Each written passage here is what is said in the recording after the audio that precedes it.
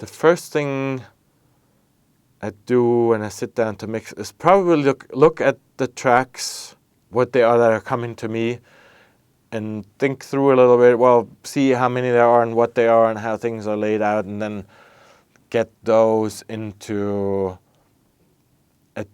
some kind of a template, or see how I have like a rough template that has like some bussing set up and all that stuff, and think about how many tracks I'm going to need and what I need to do to lay this out. That's why it's also good to have seen the film beforehand, because you know kind of what's coming and how you need to address or approach things from a mix point of view, how much separation you need for one versus the other in order to be able to mix it, to get to things.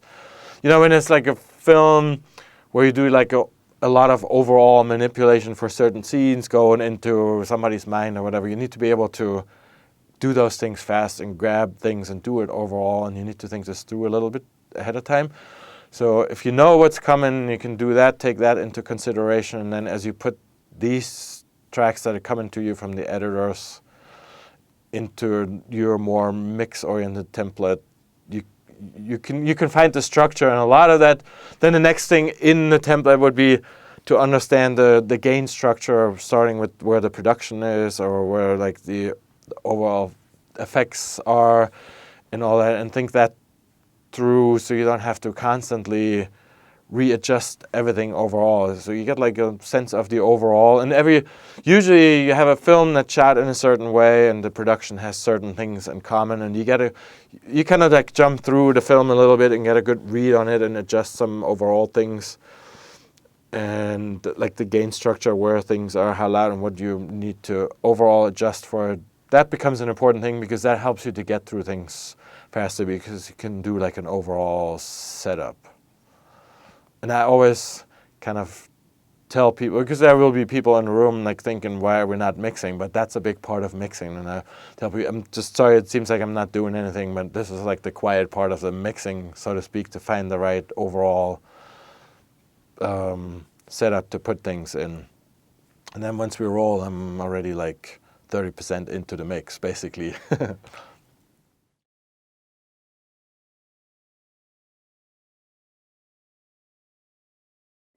You have some separation in your setup in a film scenario, because you have like the three most basic different parts are like the dialogue stuff and the music stuff and the effects stuff, and so you set them all up so you can mix them independently, because in the end you have to create stems that have like the music and the dialogue and the effects separate, so you have to do that anyway. But part of it is also you want like to be able to have an overall manipulation of these tracks, because you do some level of pre-mixing first, especially with dialogue, to get that into shape, but then you want to be able to quickly do like overall adjustments, and you set that up so you have access to things in the very specific individual ways, but also in the more overall ways. And then depending on what it is, for some features there's a lot of ADR or a lot of what we call group ADR, which is like little wallet tracks, but they're more specific, so you can't just take a sound effect library thing and get the overall wallet. You might need that too, but in order to get a more specific sounding related to the picture, you do that through ADRing some voices. And sometimes it's so much that you want to make sure you can keep that separate, even run it as a separate stem. Also, when you do international versions, you may have to address it later in a different way, or you want some more flexibility. On the effects side, you might want to be able to separate out or keep the sound design or the hard effects, as we call them, also separate from like the background atmosphere type sounds, and maybe you want to keep that all separate from the Foley effects that you use. But it varies, depends on the size of the job and the need for separation or the need for speed. It could be one versus the other, and you just like look at it. Or you can keep the separation internally, but you never print that many separate stems. Depends on the job. And that's all the stuff that you can think about beforehand. Also, if you've seen the film, usually you talk to the sound editors and get an idea, and it brews in the back of your mind before you start working, and then you come with a certain concept that you think should work, and then you go.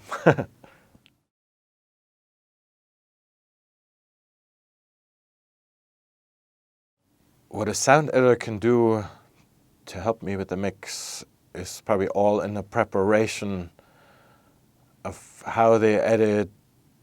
I mean, just the fact that they're there and that they're editing, and when they do that job, they're already helping me tremendously for the mix. But then to take that in a more specific way, probably a lot of things about how you lay out tracks, because usually you don't have that much time on a lower budget to mix. So the clearer it comes across from just looking at the tracks, what things are, so you can kind of like read ahead to see what's coming without even necessarily having to go there. Like the structure of the tracks, like I have these mics or this character that runs here, and the scene goes up to here, and maybe when the scene is over, you'd like put it on different tracks so you can see it, or color coding certain things in a way, you know, this is the original that they had in there, and here's an alt that I tried, and then you put that in a different color, or here's something that we're going to replace with ADR, if you have any ADR in a low budget film, but you might. And all those things that give you a lot of information that may not seem so obviously helpful and necessary, but it does become very helpful because you have to think about it less and you can focus more on what you're actually hearing and work from it that way. Those are all helpful things. And obviously doing the editing job well in the first place with the dialogue, you clean things up, you take or find ways for transitions, and or on the effects side, probably it's the same thing. It comes out to like lay out how you lay things out, so it comes across pretty clearly what the intention is or where things go, and you can address them and find them quickly and have a certain logic. But usually when there's a certain logic that you work in the tracks, it'll come across as that on the other end. So it's not so much about what specifically one person does versus another, but if everybody finds that logic, it'll translate well on the other side too.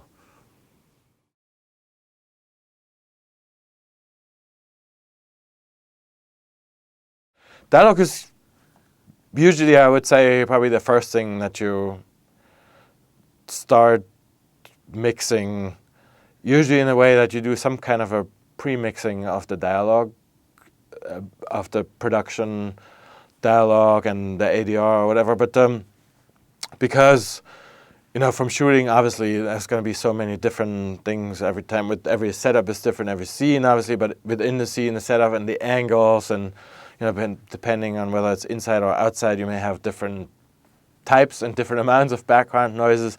In order to get this to work all like one scene at a time, or the characters in the scene, and get that consistency, you probably have to do some kind of pre-mixing to get this out of the way. Because if you have to deal with everything at once, chances are you just get so overwhelmed and distracted with everything, you never really are able to focus on things and get them right. So it pays for time management and mixing to take a slightly separate step of doing like a dialogue premix, go through that first and get it to play, and probably work a little bit with the rooms, the added room reverb type thing, depending on what the tracks need. Sometimes you need it to convey a certain environment that you are. Sometimes you just need it to fix the production because they have to cut something and the ring out is lost and you have to recreate that so it doesn't sound all chopped up, or there's certain noises that from the set, or especially when it was exterior too, they were like impossible to eliminate obviously on the set, and you have to still clean them up because you have this constant buzz sound going on through the scene, and your options as to what you can do with a mix wise to get a certain feel or a certain conceptual thing that people have in mind are very limited. So you need to clean that up in order to make it workable for all the creative ideas that you or somebody else may have after that. And to get that to a good point is a very important step. And then as you go into the next round of going through your film with effects and music, you're in a much different place because you have that in a certain shape, and then you can work with that shape and build on top of that. And with the effects, if there is, on the lower budget films, there may not be that much time to pre-mix effects, or they already come pre-mixed because the effects editor or sound designer, they did their pre-mix and it comes across very well. Like internally, it has its own integrity, and just a matter of finding the right overall level or spread or something like that for that. So from that end, it's pre-mixed, and then you can go through it with the dialogue and see how they work together, and then do the additional mixing on both of them on top of what you did in the pre-mixing, or somebody else might have done in the pre-mixing. And then the music, it depends whether in the film, in the scene, it plays more as source music, something that's happening in the scene actually. So you have to get that sound-wise to fit into that environment, or maybe it's more a score thing that writes on top or underneath everything. Obviously, that's like a matter of understanding what the intentions are from the director and everybody. But usually it tells its own story. When the concept is there, you don't need to ask many questions oftentimes, because you understand what it is and you just try to get it to work in that way, and which still a good amount of work to get there, but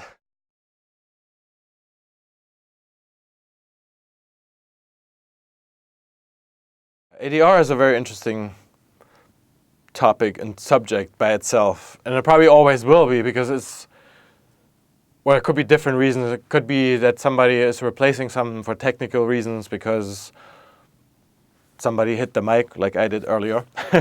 or it was just, you couldn't capture it on a set because it was just too noisy, or something just needs to be replaced. Or they want a different line, like some slightly different words, hopefully not on a full-on shot where you can read the lips along, but that happens too. Or it could just be they want a different performance. That could be the director wanting a different performance, or sometimes even an actor saying, oh, could I just have a different performance for that? And then from there, it depends on how ADR is going to work. Obviously, it depends a lot on how the production was or worked in the first place. So if it's a very challenging production, it may be harder to fit the ADR in there, because it's hard to mess it up enough to sound like it's fitting in there.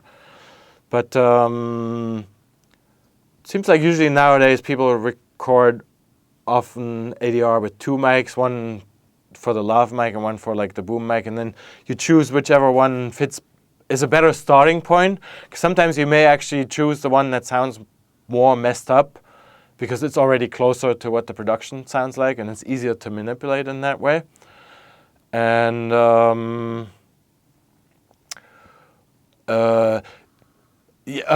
obviously a lot of the ADR depends on the performance of the actor, and that could depend on the scene and the whole emotional content of the scene, and sometimes it may just be very hard to recapture that in the studio. And some actors, maybe for experience reasons or for their approach to acting, maybe having a much easier time to recreate that on the spot in the studio and match themselves perfectly every time. Emotionally, also where the voice sits and how much projection they use. And some people have that, just like they have like a second nature genius to it, and the ADR always fits right in. And for others, it's always difficult. And sometimes the circumstances may make it difficult, because it's hard getting in the studio and I'm completely exhausted now. I had to do a million things during the day. So it could be all these things.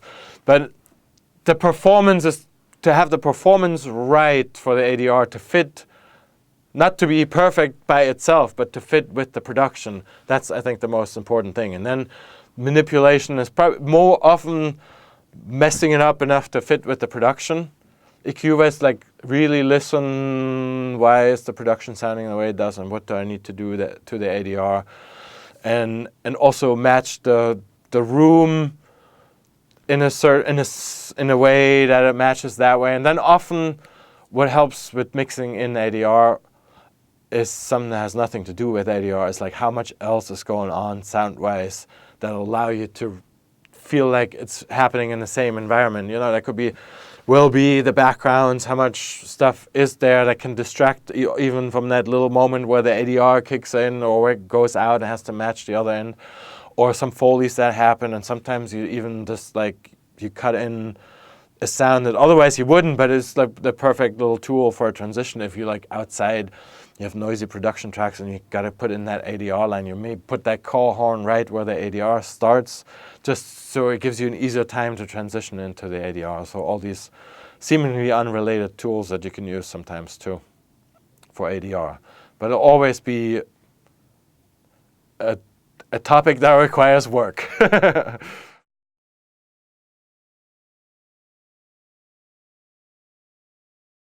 Plugins are a very important and interesting topic, actually, because obviously some tools you need to be able to do the basic, to work the sound in a way that's necessary, you know. Obviously for the production, the dialogue sound, you need a lot of EQ tools to even just be able to match the different parts, the different angles or the different mics between the different scenes, to get in there and be able to clean up or bring out this or that a little bit more and reduce that or that. And a lot of it is EQ. And so you want some EQs that allow you to do that in a way that's relatively clean. So if you EQ one thing, it doesn't affect on the edges of that too many other things. And also what's important for dialogue, but for everything else that I said before too, is like the gain structure of things. And in order to get that to work, you need some kind of a tool that allows you to create some kind of, or to make use of some kind of compression or limiting. You know, especially if you mix on a lower budget and faster, you have to be. And the production may have had the same challenge, so they may have had to work faster. And there may be some things that are a little all over the place as far as like peaks and the dialogue. And you need some kind of limiting and compression that allows you to address that in a way that allows you to work faster. So, and to find that without over compressing and bringing out more noise in the end because you're squashing the peaks too much, to find a good balance where the compression or the limiting, where it grabs or where it turns from one end to the other. And maybe not do it all in one stage, but do it on the individual tracks and then do it overall in a bus, so you have a better way of using a more directed dosage of compression or limiting for your dialogue, so it doesn't overall sound necessarily compressed, but it just becomes a tool that's helpful to you to control some peaks. Maybe it's more like, some of it is more like a gain control, so you end up writing faders for every word anyway, but some of it will be taken care of by the right type and amount of compression applied. You know, there's compressors that act in different ways, some more like just reacting to fast things, or some do more like the overall gain, and they get useful in that way that allow you to work a little bit faster. And then, you know, I often use for dialogue, for instance, I have some like amount of compression with the EQ on the individual track, but then it goes in, and it gets that into a certain shape.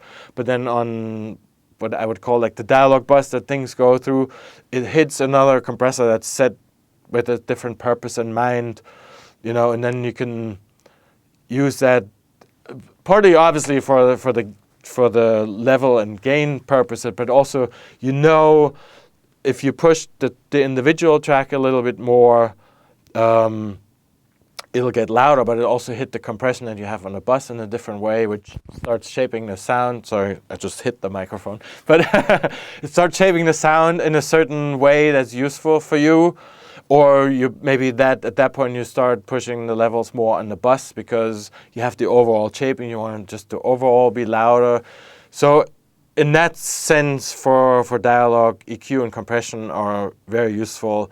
De-essing, obviously also very useful, sometimes more than others, depending on the sound of it, but it's basically just another form of compressing or limiting in a certain way to just use that very sibilant ranges that sometimes you get it from actors that have that naturally. They have a more sibilant way of delivering the way they talk.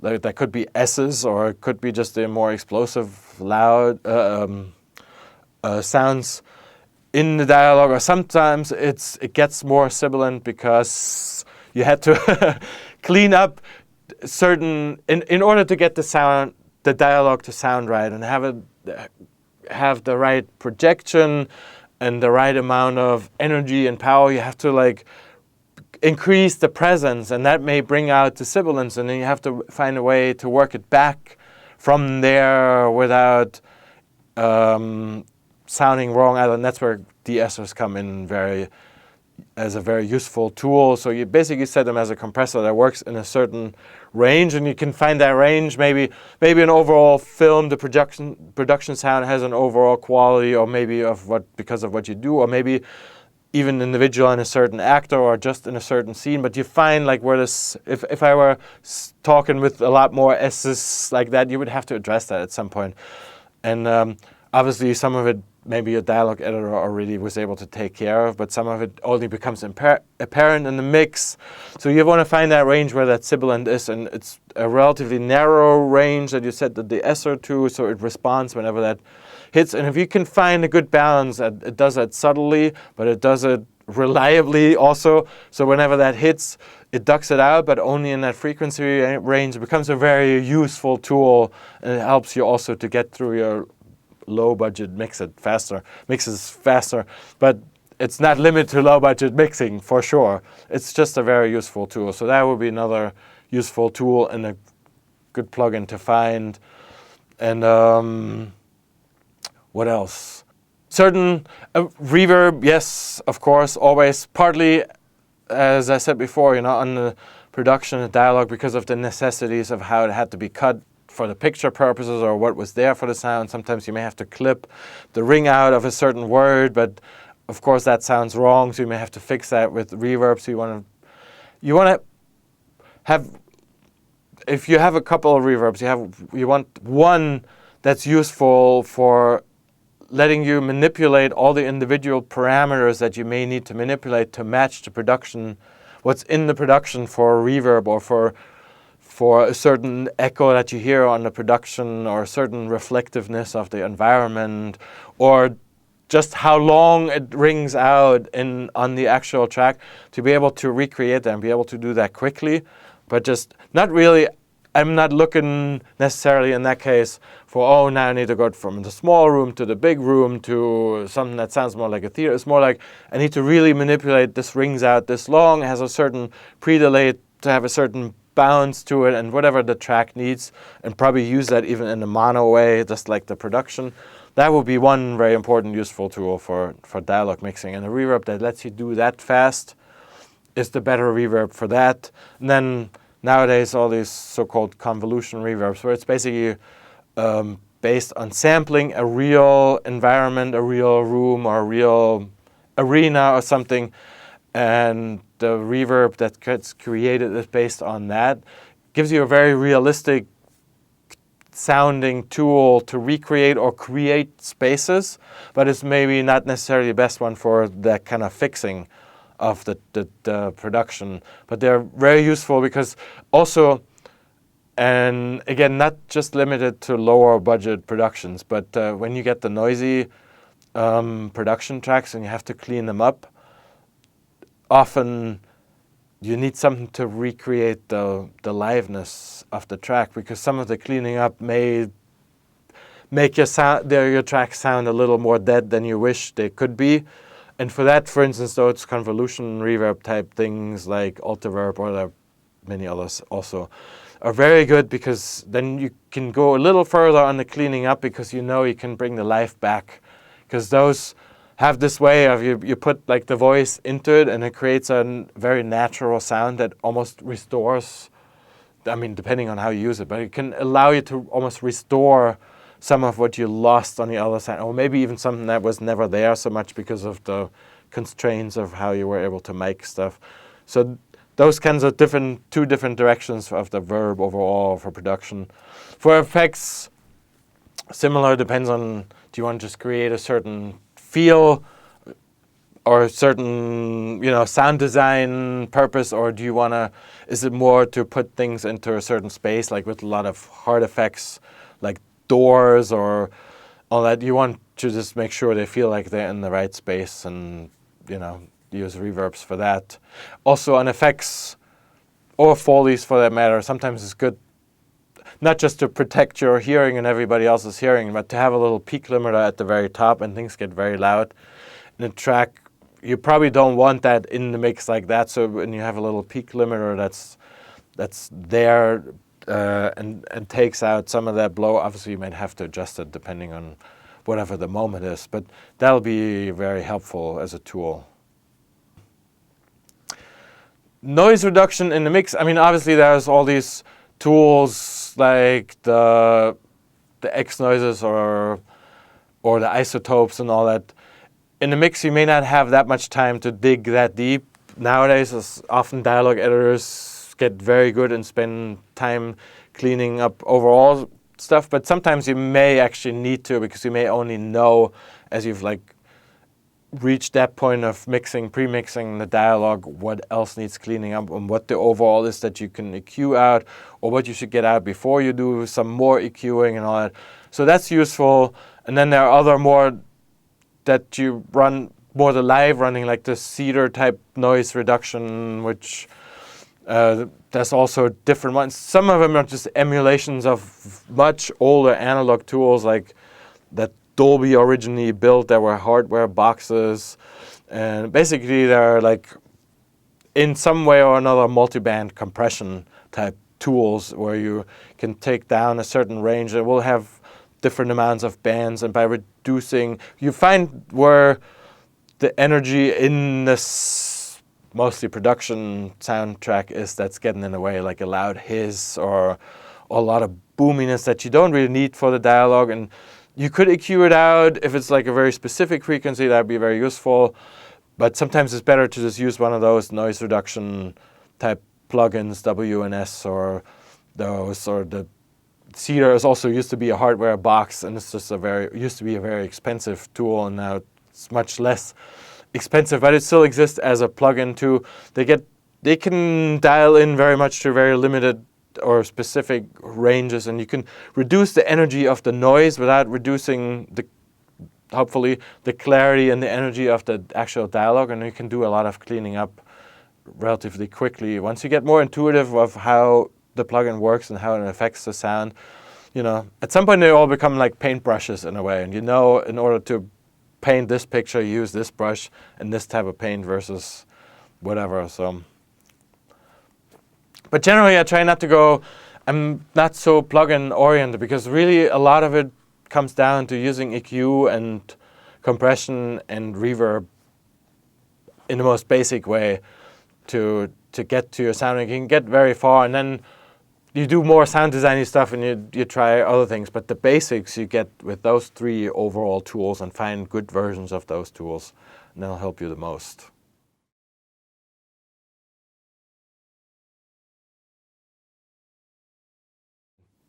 Yeah, since dialogue is always, or at least it feels like well above 90% the most important thing in the movie to protect and let it tell the story, and so that's always an issue, to how to either let the dialogue play or sing or protect the dialogue in a way that all this other amazing world that people want you to have in their film, they can all coexist. And a lot of it is finding a frequency range where, dialogue, obviously because of the nature of it, and you have a certain presence range that's also very important for understanding it, and then a chest range lower, where it's important to carry the warmth and the volume also, but in order to protect the intelligibility of the dialogue, usually protect that range a little bit, when you have music playing around it, you may reduce that range depending on what it is, but somewhere usually between 2 or 3 K, give or take. You may reduce that a little bit to let the dialogue sit on top of it, and then you can give the music, or same for the effects, a lot more volume. But since they don't eat it up and they don't compete for the same frequencies, you can find a lot more space for more elements. But it really goes for everything. It goes in the music too, between different music elements. Just give them their range. Or sometimes, in the dialogue, because of how you had to clean it up, because of how it was recorded, or the nature of that, certain elements that you really want in a dialogue are missing, and you can't really recreate them so easily because the mic didn't capture them, and you can EQ all day long, but if it's not there, you can't boost it or EQ it out. But then you can basically find a replacement for that range somewhere in the backgrounds or in the music, when it was lacking a little warmth, but you have this full music, or a background, in a noisy scene that could happen a lot. Then the overall frequency range is still covered, and if you solo the dialogue and listen to just the dialogue, it would sound very thin, but by the time you put it all together, suddenly it feels like it's all full and round sounding again. So that goes both ways, protecting the dialogue or letting the dialogue play, but also helping to complete the dialogue, make it sound good without having more of the dialogue there than what was recorded by the mic. Also, it helps you addressing the frequency range in different ways, and keeping that in mind, you can tell more elements of the story at the same time and guiding the ear without, necessarily putting cards on your picture. Now we're doing this, but on a more subtle level or subliminal level, you sort it out by addressing different parts of the whole frequency spectrum. You have certain backgrounds that provide a certain air or don't, and have more the warm thing, and the dialogue could be on top or below this, telling a certain part, and some things move and the music plays there. If you find a way to everything has their space in the frequency range in a different way, it opens up your possibilities of how many stories, so to speak. I mean, the story in the end is one story in the film, but it may have different colors or different aspects to it, and the more you can address them and let them also as an overall arc through the scene or beyond the scene run through a little bit more,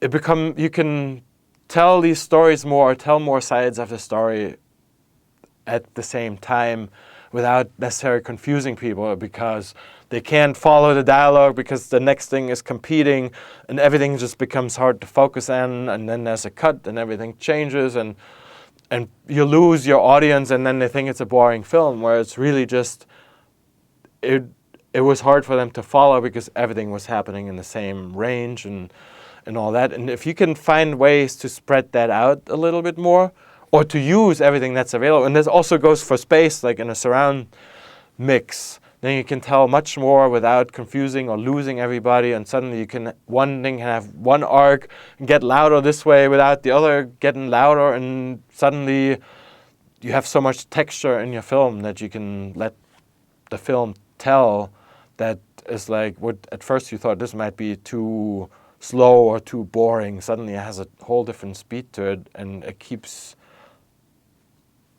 the audience captivated without nothing changed, but you addressed it in a different way, and it's also part of the fun of the mixing when you have the time, and and there's scenes that invite that a little bit more, then it becomes really fun that way.